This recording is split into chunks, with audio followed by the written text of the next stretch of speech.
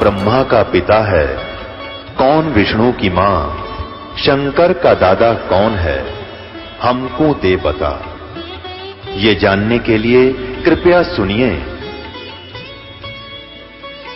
जगत गुरु तत्वदर्शी संत रामपाल जी महाराज के अमृत वचन सर्व पवित्र धर्मों के पवित्र शास्त्रों के आधार पर। अब यहां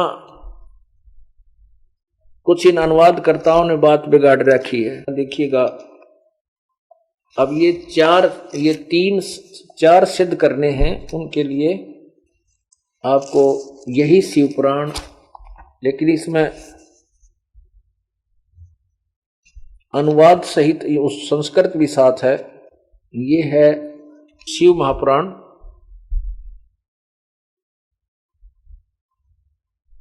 ये शिव महापुराण हिंदी टीका सहित। इसके ये कहाँ से प्रकाशित है? ये है श्री शिव महापुराण,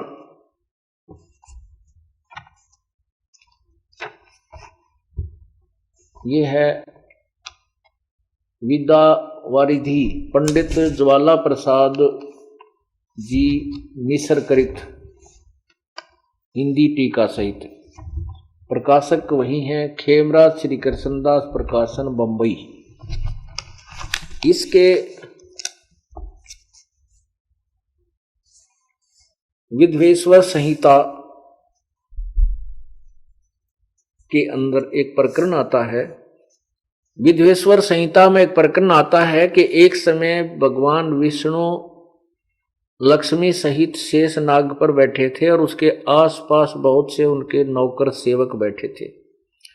ब्रह्मा जी वहां पहुंच गए और वहां जाकर के शेष सैया पर लेटे हुए भगवान विष्णु से ब्रह्मा जी ने कहा कि अरे अभिमानी, तू अपने पिता को देखकर खड़ा होकर सत्कार नहीं करता, खड़ा हो, मैं तेरा बाप आया हूं, मैं तेरा पिता आया हूं।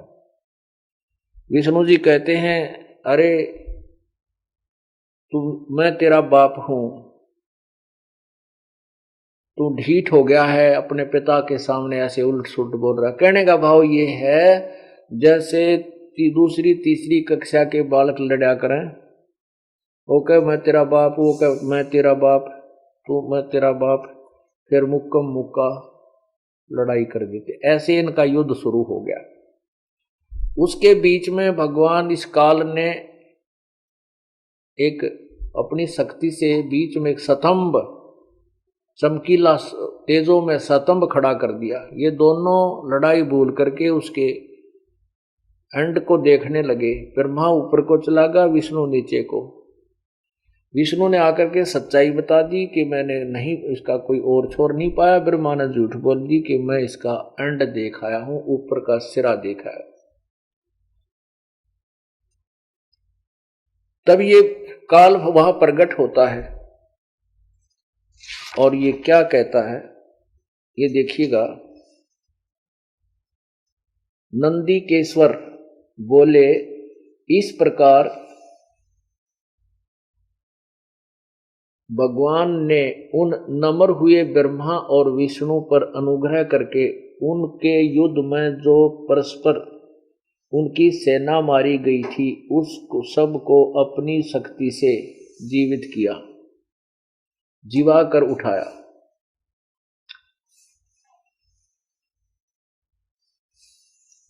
अब वो काल क्या कहता है कि मेरे सकल और निष्कल वेद से दो स्वरूप हैं, परंतु और विश्व ईश्वर नहीं है।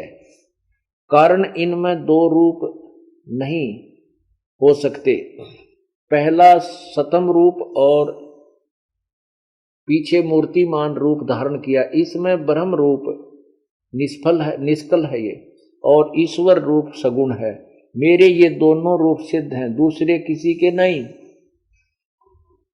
हो सकते। इस कारण से तुम दोनों ने जो दूसरों को अथवा तुम दोनों को अथवा दूसरों को ईश्वर तव की प्राप्ति नहीं हो सकती। तुमने जो अज्ञानता से अपने को ईश माना है, यह बड़ा अद्भुत किया है। इसके दूर करने को ही मैं रण स्थान में आया हूं। अब तुम अपना अभिमान त्याग कर मुझ ईश्वर में अपनी बुद्धि लगाओ। मेरे प्रभाव प्रसाद से लोक में सब अर्थ प्रकाश करते हैं। इससे क्या सिद्ध, क्या कह रहे हैं ये काल भगवान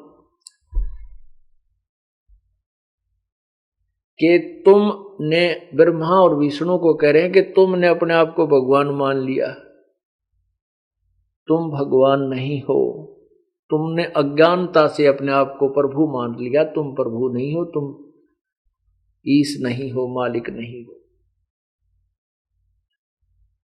आगे फिर क्या बताते हैं, ये काल क्या कहता है देखिएगा। अब पृष्ठ 18 पर कहता है कि हे पुत्रो, ब्रह्मा और विष्णु को, हे पुत्रो, यह कृत आपने जो सतिथि और उत्पत्ति का जो तुम्हें जॉब मिला है, ये पुत्रो, यह कृत आपने तप से प्राप्त किया है जो कि सृष्टि की उत्पत्ति और पालन कहता है। सो मैंने प्रसन्न होकर तुम्हें दिया है। ये देखना, इसी प्रकार ब्रह्मा विष्णु को तो कहते हैं कि हे पुत्रो, यह कृत्य आपने तप से प्राप्त किए हैं जो कि सृष्टि और उत्पत्ति और पालन कहते हैं, सो मैंने प्रसन्न होकर तुम्हें दिया है। इसी प्रकार दूसरे दो कृत्य रुद्र और महेश को प्रदान किए हैं, परंतु अनुग्रह कृत्य कोई भी पाने को समर्थ नहीं है। पुण्यात्माओं, समझदार को संकेत ही बहुत होता है। इससे क्लियर हो गया कि इसने स्पष्ट कर दिया कि ब्रह्मा विष्णु शिव, रुद्र और शिव, इनसे न्यारा है वक्ता, वो भगवान अपने आप को भगवान कहता है। काल ऐसे ही भ्रमित करके इनको गुमराह कर रहा है।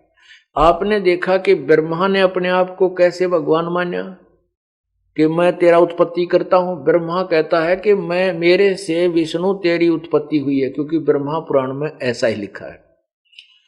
और विष्णु कहता है कि मेरे से तेरी उत्पत्ति हुई है, क्योंकि विष्णु पुराण में ऐसा ही लिखा है। और शिव पुराण में शिव जी से ब्रह्मा और रुद्र और विष्णु की उत्पत्ति लिखी है। अब क्या रहा है कि जैसे ब्रह्मा जी कमल के फूल पर पाए और वो कमल विष्णु की नाभि से बाहर आया, तो ये सोच, अब जैसे फिर उन समाधि लगाई उन ऋषियों ने, अंत में उन्होंने, किसी ने तो ब्रह्मा रूप में काल के दर्शन प्राप्त हुए, किसी ने शिव रूप में, किसी ने विष्णु रूप में। तो वो जाकर के इनको कहते हैं कि हे भगवान, आप ही परमात्मा हो और आपकी नाभि से ब्रह्मा उत्पन्न हुआ। तो ब्रह्मा विष्णु फूल गया। उधर ब्रह्मा को जाकर कहते हैं कि आप ही मालिक हो, आप ही विष्णु और शिव के उत्पत्ति करता हो। तो वहां विष्णु ब्रह्मा जी खुश हो गए कि मैं ही इनका उत्पत्ति करता हूं, पर इन बेरा क्या है कभी को नहीं। तो ऐसे इनकी लड़ाई होगी। इन्होंने उन औरों के कहने से ये मान लिया कि सचमुच ये मेरे से ही उत्पन्न हुए होंगे, विष्णु उत्पन्न हुआ होगा, और विष्णु ने ये मान लिया कि ब्रह्मा मेरे से उत्पन्न हुआ होगा, सभी कह रहे हैं। तो काल ऐसे हमें उलझ पुलझ कर रहा है। और जबकि परमात्मा ने ये तत्व ज्ञान, जबकि परमात्मा कबीर परमेश्वर ने यही तत्व ज्ञान अपने अमृतवाणी में 600 वर्ष पहले लिपिबद्ध करवा दिया था, जो आज इन्हीं सभी सदग्रंथों में प्रमाणित है। इसमें क्या है, ये सिद्ध हो गया कि ब्रह्मा विष्णु और शिव भगवान नहीं है, ये समर्थ नहीं है। और ये भी सिद्ध हो गया कि इनके उत्पत्ति करता, इनके माता पिता दुर्गा और काल हैं। ये भी सिद्ध हो गया कि रजगुण ब्रह्मा है, सतगुण विष्णु है, तमगुण शिव जी है। अब आपने शिवपुराण में देखा कि इस दुर्गा को, अब ब्रह्मा ने कबीर परमात्मा से सृष्टि रचना सुनी थी। परमात्मा आए थे, चारों युगों में आते हैं। सबसे पहले ब्रह्मा से मिले थे, सबसे पहले ब्रह्मा जी से मिले थे और ब्रह्मा को ये सारी सृष्टि रचना सुनाई थी। फिर विष्णु को मिले, फिर शंकर को मिले। उनको भी ज्ञान बताया था। एक बार तो उन्होंने रुचि कर सुना, लेकिन बाद में काल प्रेरणा से उन्होंने प्रभु की बात को नहीं स्वीकारा। तो ब्रह्मा ने वो कबीर परमेश्वर से सुना हुआ कुछ ज्ञान और कुछ अपने अनुभव का, जैसी उसकी बुद्धि ने काम किया, उस ज्ञान से वेद पुराणों की रचना की। पुराण वैसे एक ज्ञान है, इसमें वक्ताओं ने फिर जो जिसने सुना, जैसे ब्रह्मा ने तो सबको बताया अपने वंशजों को, फिर जिसने ऋषि ने आगे किसी को बताया, सुना सुनाया ज्ञान, वो आगे उसी के नाम से पुराण शास्त्र बन गया, अलग अलग नाम रखे गए। अब जो विष्णु का उपासक था, उसने विष्णु रूप में भगवान के दर्शन हुए, तो उसने विष्णु पुराण को ही, विष्णु के ऊपर ही सारा मंड दिया, लेकिन फिर भी सच्चाई को नहीं छुपा सके, क्योंकि विष्णु जी और काल भगवान जो विष्णु कहा गया है, उसके चरित्र में बहुत अंतर है। तो इसमें एक तो प्रकृति शब्द आया है कि उस देवी को, दुर्गा को प्रकृति कहते हैं, और उस काल भगवान ने यानी सदाशिव ने अपने शरीर से एक स्त्री उत्पन्न की। ये दंत कथा, ये कबीर साहब के सुने हुए ज्ञान को घुमोड़ घुमाड़ के उसको उल्टा सुल्टा करके और इसने कहने की चेष्टा की। और ये स्पष्ट हुआ, जैसा आपको सुबह बताया था, कि परमात्मा ने इस काल के शरीर से दुर्गा को निकाला था, और वही अष्टंगी कहलाती है, वो 8 भुजाएं वाली है, और प्रकृति भी उसी का नाम है। अब देखिएगा, ये गीता अध्याय, श्रीमद् भगवत गीता अध्याय 7 में ये श्लोक 4 और 5 का अनुवाद है। पृथ्वी, जल, अग्नि, वायु, आकाश, मन, बुद्धि और अहंकार भी इसी प्रकार ये 8 प्रकार से विभाजित मेरी प्रकृति है। यह 8 प्रकार से भेदों वाली तो परा अपरा अर्थात मेरी जड़ प्रकृति है। और हे महाभाव, इससे दूसरी को, जिससे संपूर्ण जगत धारण किया जाता है, मेरी जीव रूपा परा अर्थात चेतन प्रकृति जान। वो प्रकृति होगी, एक तो जड़ प्रकृति है क्योंकि हमारे शरीर में की प्रकृति बनी हुई है, और दूसरी प्रकृति ये दुर्गा है। इसके लिए आप पढ़िएगा 14वां अध्याय, देखिएगा अध्याय नंबर 14, चतुर्दशो अध्याय। इसमें प्रथम मंत्र में, प्रथम श्लोक में कहा कि ज्ञानों में भी अति उत्तम उस परम ज्ञान को मैं फिर कहूंगा, जिसको जानकर सब मुनिजन इस संसार से मुक्त होकर परम सिद्धि को प्राप्त हो गए। अब देखना, इस ज्ञान को आश्रय करके अर्थात धारण करके मेरे स्वरूप को प्राप्त हुए पुरुष सृष्टि के आदि में उत्पन्न नहीं होते और प्रलय काल में भी व्याकुल नहीं होते। क्या बताता है? अब क्या ज्ञान है वो कि तीसरे श्लोक में 14वें अध्याय के, हे अर्जुन, मेरी महत ब्रह्म रूप मूल प्रकृति संपूर्ण भूतों और अर्थात प्राणियों की योनि है, अर्थात गर्भाधान स्थान है, और मैं उस योनि में चेतन समुदाय गर्भ को स्थापन करता हूं। उस जड़ चेतन के संयोग से सब प्राणियों की उत्पत्ति होती है, भूतों की यानी प्राणियों की उत्पत्ति होती है। अब ये 4 नंबर श्लोक देखो, ये 4 नंबर श्लोक यहां आ जाए। हे अर्जुन, नाना प्रकार की सब योनियों में जितनी मूर्तियां अर्थात शरीरधारी प्राणी उत्पन्न होते हैं, प्रकृति उनकी गर्भ धारण करने वाली माता है, और मैं बीज को स्थापन करने वाला पिता हूं। 5 में स्पष्ट किया है कि हे अर्जुन, सतगुण, रजगुण और तमगुण ये तीनों प्रकृति से उत्पन्न तीनों गुण अविनाशी जीवात्मा को संसार में बांधते हैं। अब स्पष्ट हो गया कि प्रकृति दुर्गा है और प्रकृति 2 है, एक जड़ एक चेतन है। ये चेतन प्रकृति से लिखा है कि ये प्रकृति से उत्पन्न तीनों गुण रजगुण ब्रह्मा, सतगुण विष्णु, तमगुण शिव जी इस अविनाशी जीवात्मा को यहीं फंसा कर रखते हैं, कर्मों के बंधन में बांधे रहते हैं। ये भी सिद्ध हो गया कि दुर्गा इस काल की गीता ज्ञान दाता ब्रह्म की पत्नी है और ये इनका ब्रह्मा विष्णु महेश का पिता है, दुर्गा इनकी माँ है। पुण्यात्मा सभी सदग्रंथ प्रमाणित कर रहे हैं जो परमात्मा ने 600 साल पहले कहा था, जो परमात्मा ने 600 वर्ष पहले ज्ञान बताया था और इन अज्ञानी संतों ने, ऋषियों ने उस ज्ञान को रिजेक्ट कर दिया था, ये कहकर के कि कबीर अशिक्षित है, इसको सदग्रंथों का ज्ञान हो ही नहीं सकता क्योंकि ये संस्कृत को नहीं जानता।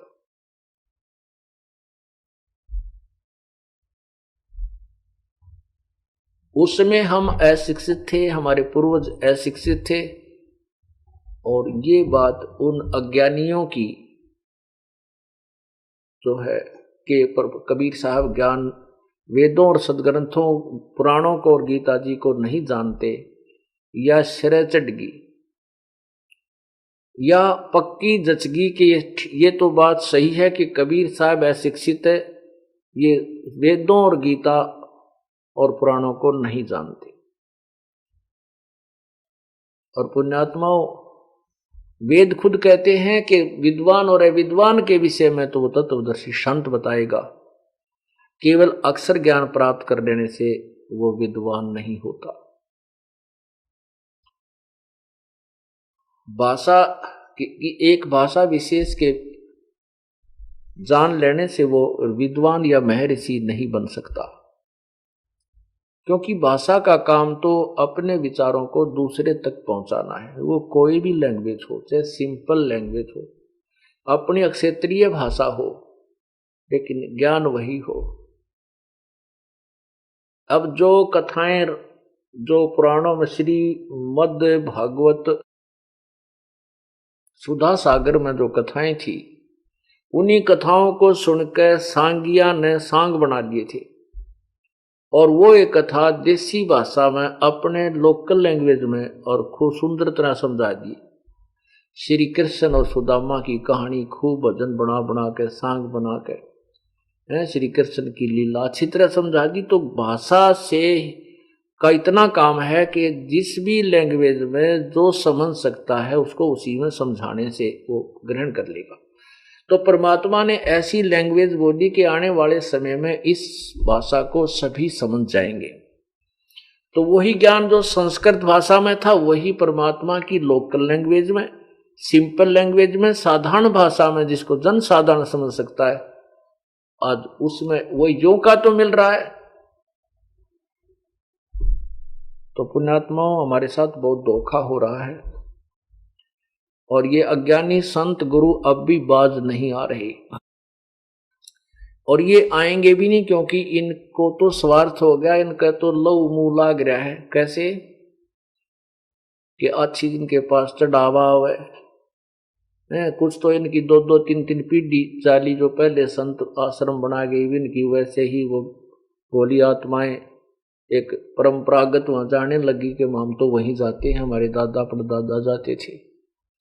अब वर्तमान जो वहां पर बंधक बैठता है, महंत या कोई संत बनता है, वो उनके खून पसीने की कमाई को मस्ती में बर्बाद करता है। अब इसका समाधान तो जन साधारण को समझाकर ही किया जा सकता है।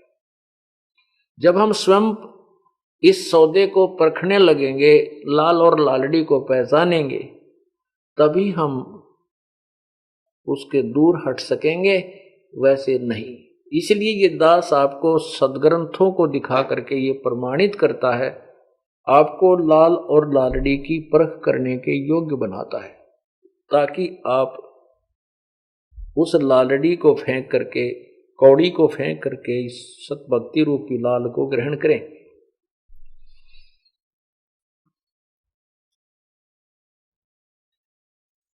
एक नगर में 2 सौदागर भाई रहते थे। उनमें से छोटे की मृत्यु हो जाती है। उसके 2 पुत्र थे।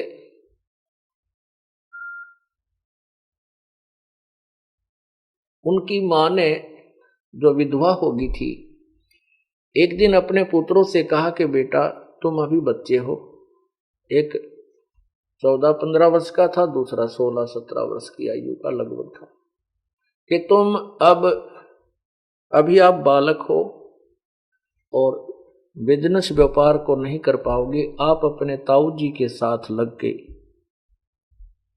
ताऊ जी कहते हैं पिता के बड़े भाई को, यहाँ अपनी देसी भाषा हरियाणा की लैंग्वेज में बड़ा अंकल अंग्रेजी में बोल देते हैं, कुछ आजकल इंग्लिश और कुछ हिंदी मिलकर भी भाषा बनती जा रही है, उसी में बड़ा अंकल कह दो। तो कहने का भाव ये है कि उस माँ ने कहा कि बेटा तुम अपने ताऊ जी के साथ मिलकर के हिस्सेदारी में अपना व्यापार कर लो, व्यवसाय करो। ये मेरे पास पैसे तो है नहीं पुत्र, तेरे पिता के समय के रखे हुए कुछ लाल हैं। बुढ़िया ने वो पोटली जो बांध रखी थी गठड़ी लाल, वो बच्चों को दे दिए और कहा अपने ताऊ जी से कह दो कि ये लाल ले ले और कहीं इनको गिरवी रख ले, इनके उपलक्ष्य में पैसे ले ले और काम चला ले और हमारा हिस्सा कर दे। दोनों बच्चे माँ के द्वारा दिए गए उन लालों को की पोटली को गठड़ी को लेकर चले गए। ताऊ जी से प्रार्थना की, ताऊ जी मेरी माता ने ऐसे ऐसे कहा है, हमारे पास पैसे नहीं है, मेरी माँ के पास मेरे पिता के समय के रखे हुए ये लाल हैं, इनको आप ले लीजिए और इनसे पैसे लेकर के हमारा पार्टनरशिप कर लीजिए। अब वो ताऊ जी ने वह गठड़ी खोल के गठड़ी देख कर उन लालों को वापस बांध दी उनके समक्ष और कहा बेटा इनको तो अपनी माँ को दे आओ, कहीं बहुत कीमती हैं ये, अपनी माँ को दे आओ और आप ऐसे करो कि उनको तेरी माँ को कहना कि इनको संभाल के रखे, आप मेरे साथ पार्टनरशिप कर लो, मेरा उधार में बहुत उधार चलती है, वहां से उधार ले आवांगे और वापस आकर के इन लालों को प्रयोग कर लेंगे। दोनों बच्चे प्रसन्न हुए, यही बात जाकर के माँ से कहा। माँ ने माताजी ने वो सारे उठाकर बोतड़ी संभाल के रख दी। दोनों बच्चों को लेकर के वो उनका ताऊ जी दूसरे शहरों में गया, वहां उनके हाथों से सारा व्यापार करवाया। एक व्यापारी से 50,000 रुपए का सामान मोल लिया, उधार लिया, और जहां वो धर्मशाला में रुके हुए थे वहां आकर के उसने उन बच्चों से कहा बेटा ये ले जाओ, ये लाल है और अपन उस सेठ को देकर आओ जिससे हम 50,000 रुपए का सामान उधार लाए, और उनको कहना कि ये लाल आप रख लो, हम वापस आकर के आपके 50,000 रुपए दे देंगे और लाल अपना छुड़वा ले। अब दोनों भाई उस लाल को, ताऊ के द्वारा दिए हुए लाल को लेकर के वहां पहुंचे उस सेठ के पास जिससे 50,000 रुपए का सामान खरीदा था। उससे कहा सेठ जी मेरे ताऊ जी ने ये लाल दिया है, इसको आप रख लीजिए, गिरवी रख लो, रहन रख लो, और आपका जो 50,000 का सामान हम ले गए हैं, हम वापस आएंगे आपके 50,000 रुपए दे देंगे, अपना लाल ले लेंगे। अब उस सेठ ने एक व्यक्ति बुलाया जो पारखी होता है, जो लालों की परख करता है, जौहरी बोलते हैं इसको, जौहरी। उसे दिखा कि भी देखना ये लाल खरा है या खोटा। जौहरी ने उसको चेक करके बताया कि ये लाल नहीं है सेठ जी, ये तो लालड़ी है, या तो 100 रुपये की भी कोनी, और लाल तो 9 लाख रुपए का होता है उस समय की कीमत, अब तो 9 करोड़ का कह सकते हैं। तो सेठ ने वो लालड़ी जो थी वो बाहर मारी फेंक कर गली में दुकान से, और उन बच्चों को खरी खोटी सुनाई कि तुम्हारे ताऊ जी ऐसे तो नहीं थे, अब उसकी नीत में खोट आ गया है, मेरे ते लालड़ी देव है, लाल तो 9 लाख का होता है, या लालड़ी है 200 की भी कोई ना है। तो उन बच्चों ने बड़ा महसूस हुआ। उस लालड़ी को उठाकर वो देखे जानते आगे, वहां आकर के कहा, ताऊ जी वो सेठ बड़ा बदतमीज है, उसने हमारे सामने आपकी बेइज्जती की है, आपको बेईमान कहा है। और कहा, एक पता नहीं कौन व्यक्ति बुलाया था, वो कहने लगा ये तो लाल नहीं है, लालड़ी है। तब सेठ जी कहने लगा, बेटा दिखाना रहे। तो उनका ताऊ जी बोला, बेटा ये तो सचमुच लालड़ी है, ये लाल नहीं है। सेठ जी गलत नहीं कह रहे। और जो व्यक्ति आया था वो जौहरी था भाई, वो जौहरी परख करता है। अरे बेटा ये तो ओहो ये इधर रखा था लाल, ले ये लाल ले जाओ। अरे ये है लाल बेटा, मेरे से धोखे से दे दी गई है लालड़ी, देख इनमें कितना अंतर है। ओहो बहुत फर्क है ना भाई। तो उन बच्चों के हृदय में लाल और लालड़ी की वो परख कराना चाहता था। और ये ठोकर लगी उनको, ऐसा कुछ झटका लगा तो और ध्यान से देखा उन्होंने, शीघ्र परख कर ली कि बहुत अंतर। कहा, ले अब जाओ ये कहो कि मेरे ताऊ जी को धोखा लग गया था, धोखे से लालड़ी दी गई, ये देखो लाल ले सेठ जी। तो उन दोनों ने जाकर के उस सेठ से कहा, सारी कथा सुनाई। तो सेठ ने फिर वो जौहरी बुलाया, उस बिजनेसमैन ने। जौहरी ने आते ही उस लाल को परख के कहा कि हाँ ये ओके है, ये सही लाल है। तब वो सेठ कहता है कि देख थारे माथे माख होते ईसा से लाल है। उन बच्चों को कहता है, देख ये है वो लाल। कहने का भाव ये है कि उन बच्चा का यू ऐसा झटका लगा, उन्हें लाल और लालड़ी की पहचान होगी। वो अपने स्वदेश लौट आए। सवनगर में आकर के अपने वो ताऊ जी कहने लगा, बेटा अब अपनी माँ से वो लाल ले आओ, उधार घनी होगी, उन लालों को किसी को दे करके पैसे ले लेंगे, उधार रख देंगे, अपने फिर छुटवा लेंगे। दोनों भाई भागे गए। जाते ही कहा, माँ माँ। माता जी ने कहा, आगे बेटा तुम।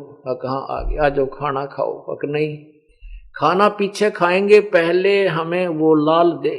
ताऊ जी पे बहुत कर्जा हो गया है, उधार बहुत सामान ले आए हैं, और वो लाल दे, उनको गिरवी रखकर हम कुछ पैसा लेंगे, आगे अपना व्यापार करेंगे।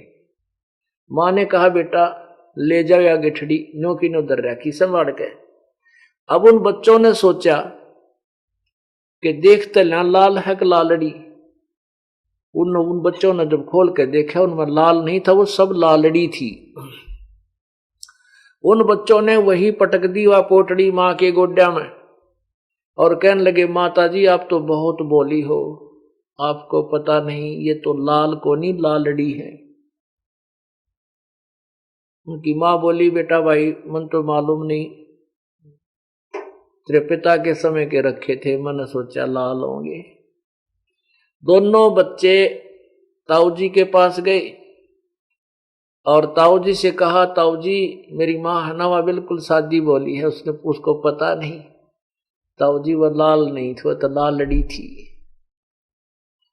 तब वो ताऊ जी कहता, बेटा ये उस दिन भी लालड़ी थी जब तुम लेकर आए, मुझे मालूम था। यदि मैं ये कह देता ये लाल नहीं है लालड़ी है, तेरी माँ भी नो कहो अक हमारे साथ धोखा कर दिया। ताऊ तेरे ताऊ ने, मैं मेरा पति मर गया, तो हमारे लालों को भी लालड़ी बताने लग गया। बेटा तेरी माँ का कद्दे विश्वास दर्द नहीं होता, पेटा नहीं भराओ। और मैंने तुमको इतना जो है पारखू बना दिया, ये पहचान करने योग्य बना दिया कि तुमने अपने लालड़ी को आप लालड़ी कह दी।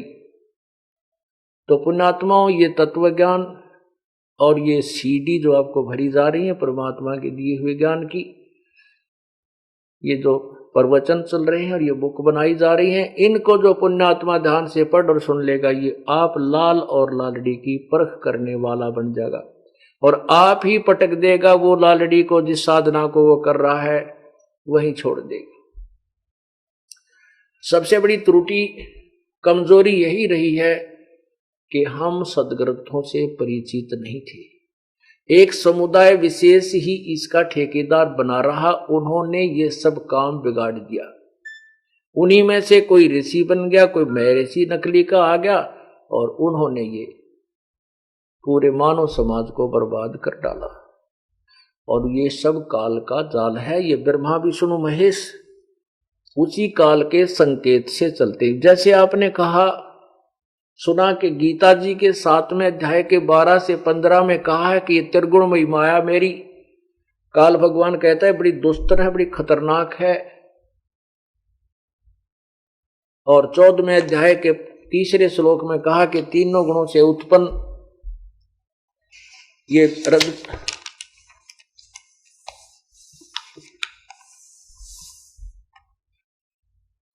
तीनों सतगुण, तमगुण और रजगुण, इन तीनों गुणों के ये प्रकृति से उत्पन्न तीनों गुण इस जीवात्मा को बांध कर रखते हैं, शरीर में बांधते हैं, यानी कर्मानुसार। और कोई गधा बने चाहे कुत्ता, उनके संस्कार वश उनको वहां उलझाए रखते हैं। तो परमात्मा कहते हैं कि नहीं, ये काल अपने सिर से बला टाल रहा है। केवल ब्रह्मा विष्णु महेश ही इसका कारण नहीं है। कौन कौन है?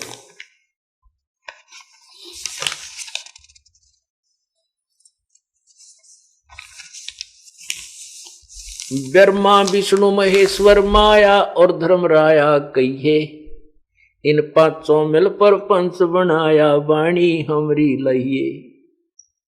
परमात्मा कहते हैं ब्रह्मा विष्णु महेश अकेले दोषी नहीं है, जबकि ये खुद भी कहता 7वें अध्याय के 12वें श्लोक में कि ये तीनों गुणों के द्वारा रजगुण ब्रह्मा, सदगुण विष्णु, तमगुण शिव जी से जो भी उत्पत्ति, सतीथि और संहार हो रहा है, इसका मुख्य कारण मैं ही हूं। लेकिन आगे चल के फिर कहता है कि तीनों गुण ही तुम्हें बांधकर सब प्राणियों को यहां फंसा कर रखते हैं। परमात्मा कहते हैं नहीं, ब्रह्मा विष्णु महेश्वर माया और धर्मराया कहिए, इन पांचों मिल पर पंच बनाया वाणी हमरी लहिए। परमात्मा कहते हैं कि हम जो तत्व ज्ञान आपको सुना रहे हैं, इनको बहुत ही ध्यान पूर्वक, यानी संकेतों को भी समझना शुरू कर देना। लेना माने बिल्कुल तुरंत ग्रहण कर लेना, उस बात को गहराई से सोचना, उसके ऊपर विचार करना।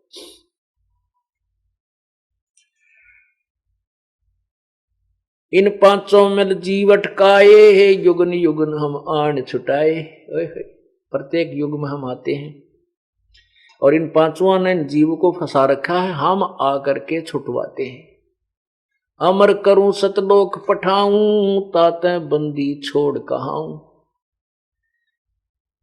इन पांचों में जीव अटकाए, युगन युगन हम आन छुटाए। बंदी छोड़ हमारा नामम, अजर अमर है अस्थिर ठामम। हमारा बंदी छोड़ नाम है, क्योंकि हम बंद से, काल के बंधन से जीव को छुटवाते हैं। और हमारा जो स्थान सतलोक है वो अजर अमर है, स्थिर, बिल्कुल स्थायी स्थान है, अविचल है, वो कभी नष्ट नहीं होता। पीर पैगंबर कुतुब ओलिया सुर नर मुनिजन ज्ञानी, इत्या को तोरा ना पाया यम के बंधे प्राणी। कितनी प्यारी बात और गहराई की कही है कि ये पीर पैगंबर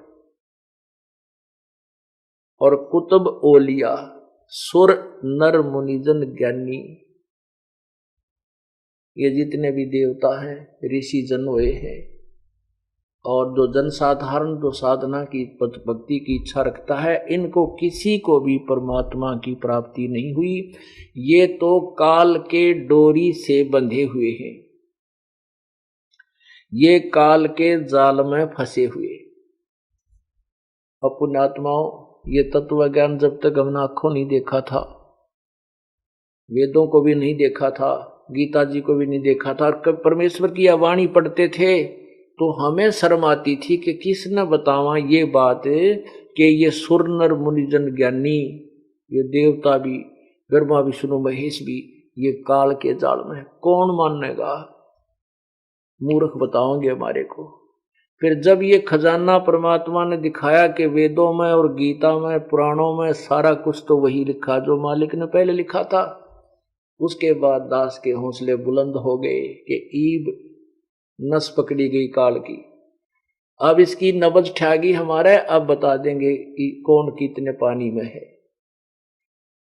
उसके बाद ये डंडोरा पीटना शुरू किया। पीर पैगंबर कुतुब ओलिया सुर नर मुनिजन ज्ञानी, इत्या को तोरा ना पाया जमकै बंदे प्राणी। मुल्ला माया मग में बैठी हंसा चुन चुन खाई, ये ज्योत स्वरूपी भया निरंजन में ही करता भाई। अब आपने शिवपुराण में पढ़ा कि काल कहता है कि तुम भगवान नहीं हो, ब्रह्मा विष्णु महेश को धमका रहा है कि तुम ईश नहीं हो, मैं ही ईश्वर हूं।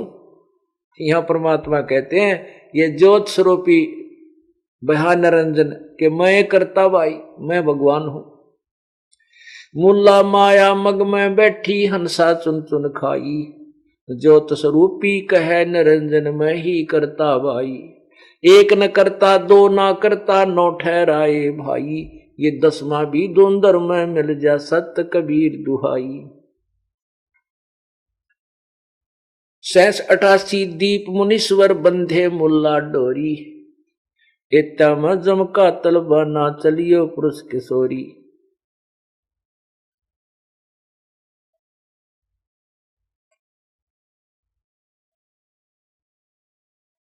हम तो बंदी छोड़ कहाँ वहां धर्म राय है चकवे,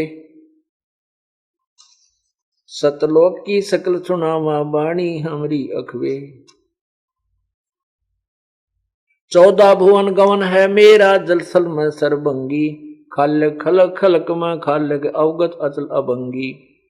अगर अलीर चक्कर है मेरा जिससे हम चल आए, पांचों पर परवाना मेरा हम बंद छुटावन जाए।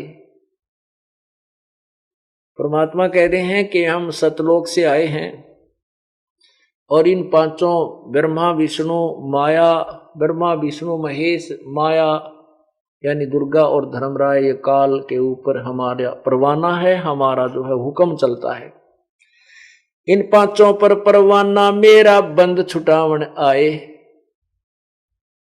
बंद छुटावन धाये। अगर अलील चक्कर है मेरा जिससे हम चल आए, जहां ओंकार निरंजन नाही ब्रह्मा विष्णु शिवनी जाही, जहां करता नहीं अन्य भगवाना काया माया पिंडनी प्राणा। अमर करूं सतलोक पठाऊं, ताते बंदी छोड़ कहाऊं। भाई शिव ब्रह्मा का राज इंद्र गिनती कहाँ, 4 मुक्ति बैकुंठ समझ एता लहा। शंख युगन की जून उमर बड़ धारिया, जा जननी कुर्बान सुका गज पाड़िया। अब क्या बताते हैं कि जो सत साधना नहीं कर रहे, जो सत साधना नहीं कर रहे, और जैसे ऋषि जन के बारे में हम सुनते हैं, इन्होंने ऐसे ऐसे साधना की, कोई 1 लाख वर्ष जिया, कोई 2 लाख वर्ष तक जीवन अपना शरीर रख लिया। और हम आपने को सुबह बताया था कि ब्रह्मा जी की आयु 1000 चतुर्युग का दिन, 1000 चतुर्युग की रात, एक चतुर्युग में 43,20,000 वर्ष। ओहो हो। और 30 दिन रात का महीना, 12 महीने का वर्ष और 100 वर्ष की ब्रह्मा की आयु, फिर भी मृत्यु। फिर 7 ब्रह्मा की मृत्यु के उपरांत 1 विष्णु की मृत्यु, 7 विष्णु के मृत्यु के उपरांत 1 शिव की मृत्यु। और 70,000 शिव मर जाएंगे तो ब्रह्मलोक में जो काल बैठा है ब्रह्मांड में, वो अपना शरीर छोड़ देता है, वो भी मरता है।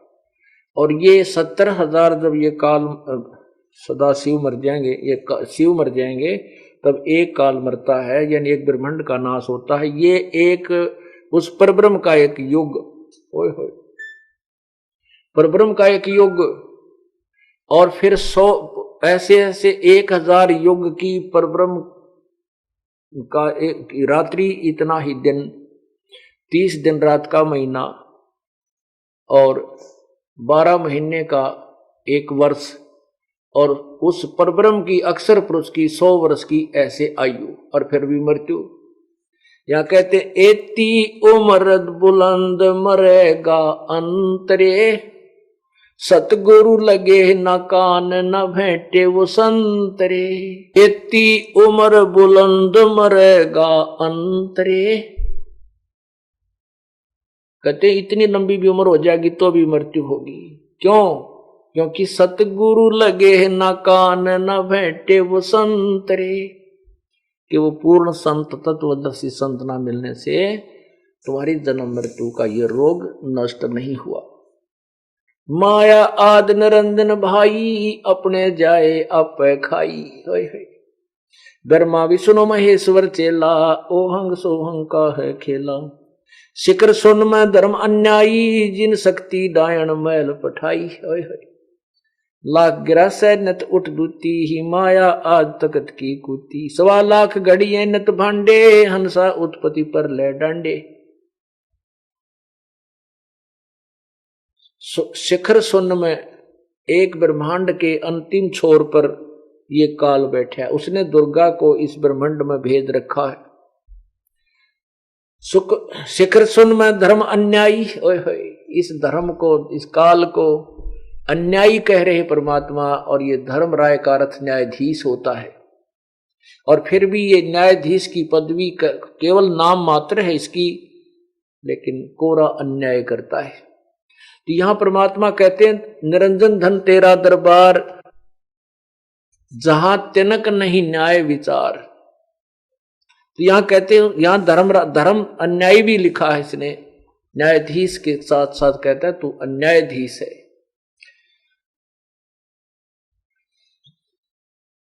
शिखर सुन में धर्म अन्यायी, जिन शक्ति या दुर्गा डायन मैल पठाई। अब ये भी ब्रह्मा विष्णु महेश किसी जीव को भी सच्चाई नहीं बताती, इनको भ्रमित रखती है काल के डर से। शिखर सुन में धर्म अन्यायी, जिन शक्ति डायन मैल पठाई। लाख गरा सैन्यत उठ दूती, ही माया आद तकत की कूती। अब परमात्मा ने ज्योति निरंजन को भी माया में ही ले लिया कि 1 लाख सुबह उठते खाती है, 1.25 लाख उत्पन्न करता है, ये नालायक। 1.25 लाख घड़ी है नित भांडे, हंसा उत्पत्ति पर ले डांडे। लाख गिरा से नित उठ दूती, माया आज तकत की कुती। कहते 1 लाख तो रोज खा जाता है, 1.25 लाख भांडे घटता है, शरीर फिर मनुष्यों के 1.25 लाख उत्पन्न करता है। और इन जीवों को जन्म और मृत्यु के दंड से पीड़ित किया हुआ, दंडित किया हुआ है। हंसा उत्पत्ति प्रलय डांडे, ये तीनों चेला बटपारी, सिरजे पुरुषा सिरजी नारी। खोखापुर में जीव भुलाए, सोपन विष्ट बैकुंठ बनाए। ये अरहट का कुआ लोई, यागड़ बंजा है सब कोई। अरहट का कुआ, ये अरहट का कुआ देखिएगा ऐसा होता है, पूरा देखो इसको। ये नीचे जो आपने ये नजर आ रहा है, ये कूप है, कुआ, नीचे जल है इसमें। इस जल को निकालने के लिए, सिंचाई करने के लिए ये एक सिस्टम बनाया जाता था पुराने समय में। ये एक पुली बनी है, पुली के ऊपर एक चैन लगी है, चैन के ऊपर ये बाल्टी बांध रखी है, वेल्ड कर रखी है। ये नीचे से भर के आती हैं और यहाँ ऊपर आकर के ये खाली हो जाती है, यहाँ खाली होकर के इधर जाती है। ये देखिएगा, ये नीचे जल है, ये कुआं है, और ये पुली के ऊपर चैन बांध रखी है, चैन के बाल्टी वेल्ड कर रखी होती है। और ये एक इसको चलाने के लिए बैलों का प्रयोग करते थे।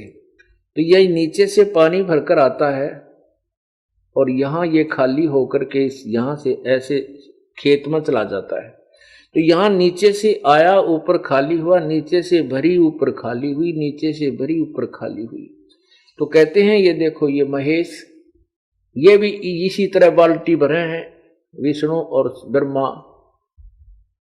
ये यहाँ आए और ये खाली हुई, उल्टे फिर जन्म मृत्यु में साधारण जीव की योनि भी ये धारते हैं और फिर ऐसे कहते हैं। ये अरहट का कुआ लोई, जब तक हमें तत्व ज्ञान नहीं मिलता, पूर्ण परमात्मा सत्तत्वदर्शी संत नहीं मिलते, तो हमारी जन्म मृत्यु समाप्त नहीं हो सकती।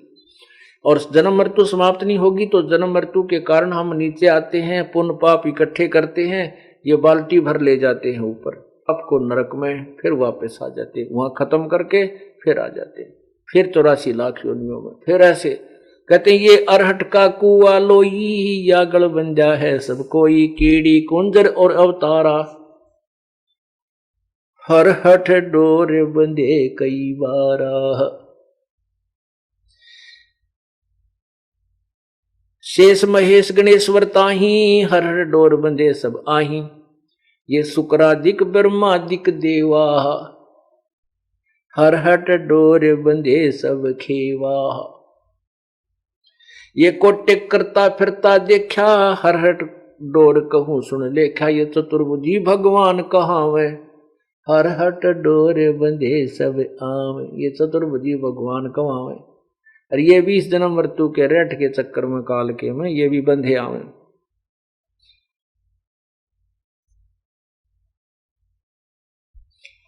अनंत कोट अवतार हैं ये माया के गोविंद, करता हो के अवतरे ये फिर पड़े जगबंद फंद, कि ये भगवान बन का आवा यहाँ पर अवतार धार के, और फिर ये अपने कर्म इतने बिगाड़ के चले जाते हैं, इनको फिर 84 लाख योनियों में डाल दिया जाता है। पुण्यात्माओं, ये कोई समय मिला आपको और आपका ये बहुत ही युगों युगों के पुण्य इकट्ठे हुए हैं, आपका इस भक्ति काल में जन्म है मनुष्य का, और भी अच्छे किस्मत आपकी इसलिए है कि आपको ये तत्व ज्ञान आपके कानों तक किसी भी द्वारा किसी भी कारण से पहुंचा है, और उससे भी अच्छी किस्मत आपने इसको पहचान लिया है, स्वीकार कर लिया है आपकी। क्योंकि रोगी को अपनी बीमारी के नष्ट या स्वस्थ होने का इतना ज्ञान नहीं होता जितना कि डॉक्टर को होता है। आप कितने स्वस्थ हो रहे हो और आप कितना समय पर इस परमात्मा के ऑपरेशन थिएटर में, इस हॉस्पिटल में आ गए हो, ये तो ये दास जान सकता है, आपको मालूम नहीं। और आप कितने पुण्यकर्मी हो ये भी आपको नहीं पता। परमात्मा कहते हैं लख बर सूरा जोध ही, लख बर सावत दे, और लख बर यति जहान में तब कोई सतगुरु शरणा दे। आप योगों योगों ना जाने कितने पुण्यकर्मी प्राणी रहे हो, और वही पुण्यात्मा आज सतगुरु की शरण में आएंगे। और बाकी जो थोड़े पुण्यकर्मी हैं उनको पुण्यकर्मी बनाएंगे, क्योंकि पिछले भी, अब ये स्कूल है, इसमें पहले विद्यार्थी पढ़ रहे हैं वो भी पास होंगे, जो नए प्रवेश पाएंगे उनको भी पास ही करेंगे। तो इस प्रकार जैसे राजा अम्बरीश थे, सतयुग में राजा थे और खूब भक्ति करते थे बहुत, और ऐसे भी एक बहुत ही अच्छे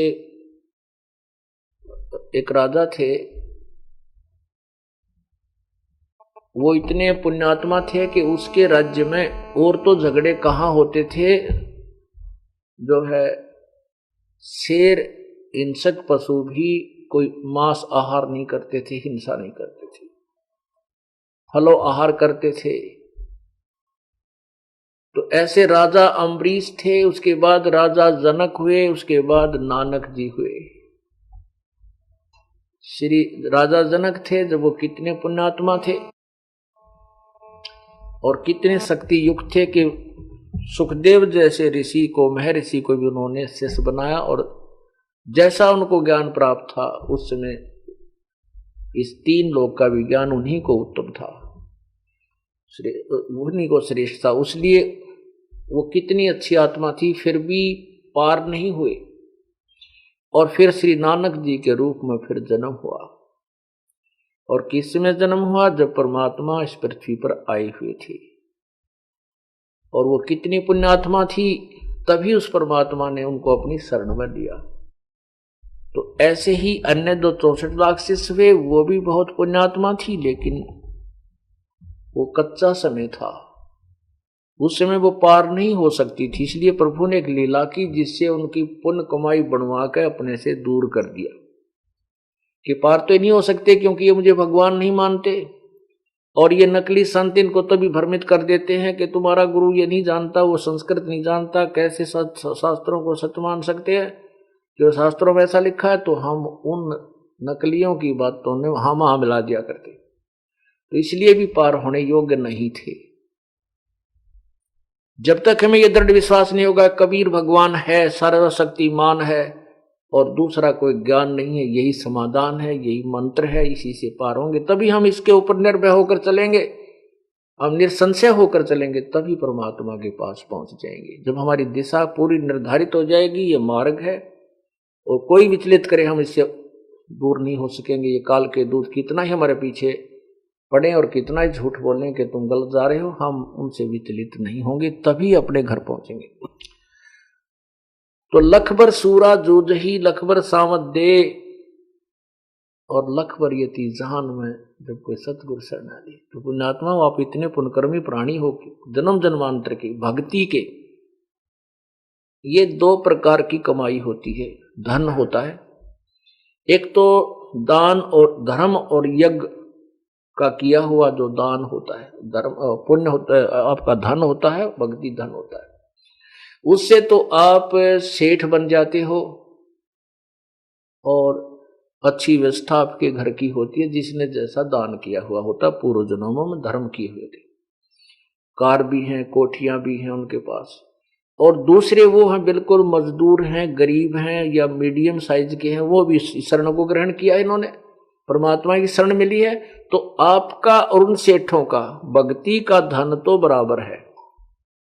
जो नाम की कमाई का जो धन है भक्ति का, वो तो बराबर है, लेकिन पुण्य नहीं कर पाए पहले जन्मों में हम, तो अब हम उस पुण्य कमाई, भले ही हमारे पास धन नहीं है, ये जो संसारिक धन जिसको हम कहते हैं, तो दान से प्राप्त होता है, दान कम करने से, और लेकिन हमारे पास वो भक्ति का धन बराबर है। इसलिए परमात्मा कहते हैं राम रटत दारिदर भला, टूटी घर की छान, वो सुंदर महल किस काम के जहां भक्ति नहीं भगवान। तो आप दोनों की जो वो सेठ हैं, जो पैसे वाले हैं, कारों वाले हैं, और एक मजदूर है, रिक्शा चलाता है, मजदूरी करता है, उन दोनों को शरण प्राप्त हुई है। तो आपके जो भक्ति वाले जो पुण्य है वो बराबर है, वो कमाई दोनों की समान है। आप इतने पुण्य कमाई युक्त हैं।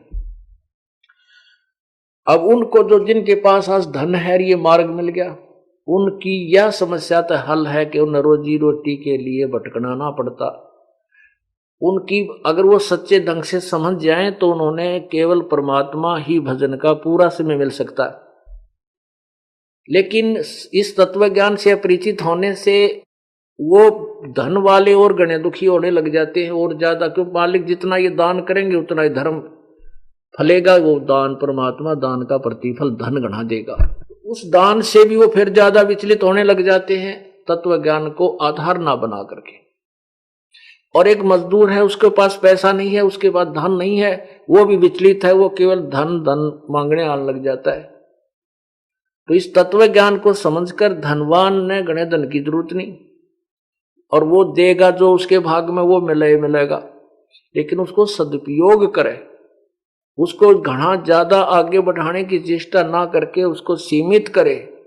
सतगुरु मिले तो इच्छा मेटे पद मिल पदे समाना, चल हंसा उस लोक पठाऊं जो आद अमर अस्थाना। तो यहां हमने अपनी इच्छाओं को कम करना है। तो जो धन है, जो पिछले जन्म में दान किए हुए, उनको आज पूरा धन मिला हुआ है और वो भी शरण ग्रहण किए, वो है तो पुण्यात्मा, और वो मजदूर भी पुण्यात्मा। सिमिलर उनका एक जैसा सतर है भक्ति का, लेकिन दान में अंतर रहा। तो अब परमात्मा ये बताना चाहते हैं कि कबीर परमेश्वर बिल्कुल एक ऐसी स्थिति में रहे एक झोंपड़ी में और कपड़ा बुना करते थे। और कबीर परमात्मा से निर्धन दारिद्र कोई भी काशी में नहीं था। उन्होंने इसलिए ये लीला की थी कि कोई ये ना सोचे कि जिनके पास घना धन है, घना धर्म करने के लिए पैसा है, केवल वही पार होंगे, हम गरीब नहीं हो सकते। परमात्मा कहते हैं दोनों ही पार होंगे। एक के पास 20 लाख रुपए की इनकम है महीने में, और वो महीने में 1 लाख दान करे है, और महीने में साल में 10 लाख या 12 लाख कर दिया, उसको कई करोड़ का इनकम है, वो भी दान है। और एक गरीब आदमी है, मजदूरी करता है, वो भी साल में 2-3 पाठ करा देता है। वो दोनों का धर्म उस जो निर्धन है उसकी हिम्मत देख, तो वो दान उससे कई गुना ज्यादा लाभदायक है। आगे चल के इसी रेशों से परमात्मा उनको लाभ देता है। तो कहने का भाव ये है कि अब हमने पार होना है, और इस विचार से को भी आधार बनाना है। जैसे मान लीजिए इस जन्म में ना पार हो सके, अब तो ये हजारों वर्ष चलेगा ये मार्ग, और आपका फिर जन्म हुआ, आपको ये त्यार मिलेगी मलाई बड़ी बढ़ाई, और उस समय आपने जो धर्म पुण्य कर रखा है ये आपको मिलेगा, तो आपकी रोजी रोटी का समाधान त्यार पाओगा। फिर केवल भक्ति भक्ति करनी शेष रह जाओगी। तो इसलिए हमने अपने किसी भी पॉइंट को लूज नहीं रहने देना। पार बसावा जितनी समर्थता हो, हिम्मत सी करके दान भी करे और भक्ति भी करे। इस प्रकार हम परमात्मा प्राप्त करेंगे और फिर सदा के लिए जन्म मृत्यु के रोग से छुटकारा पाएंगे। बोलो सतगुरुदेव की।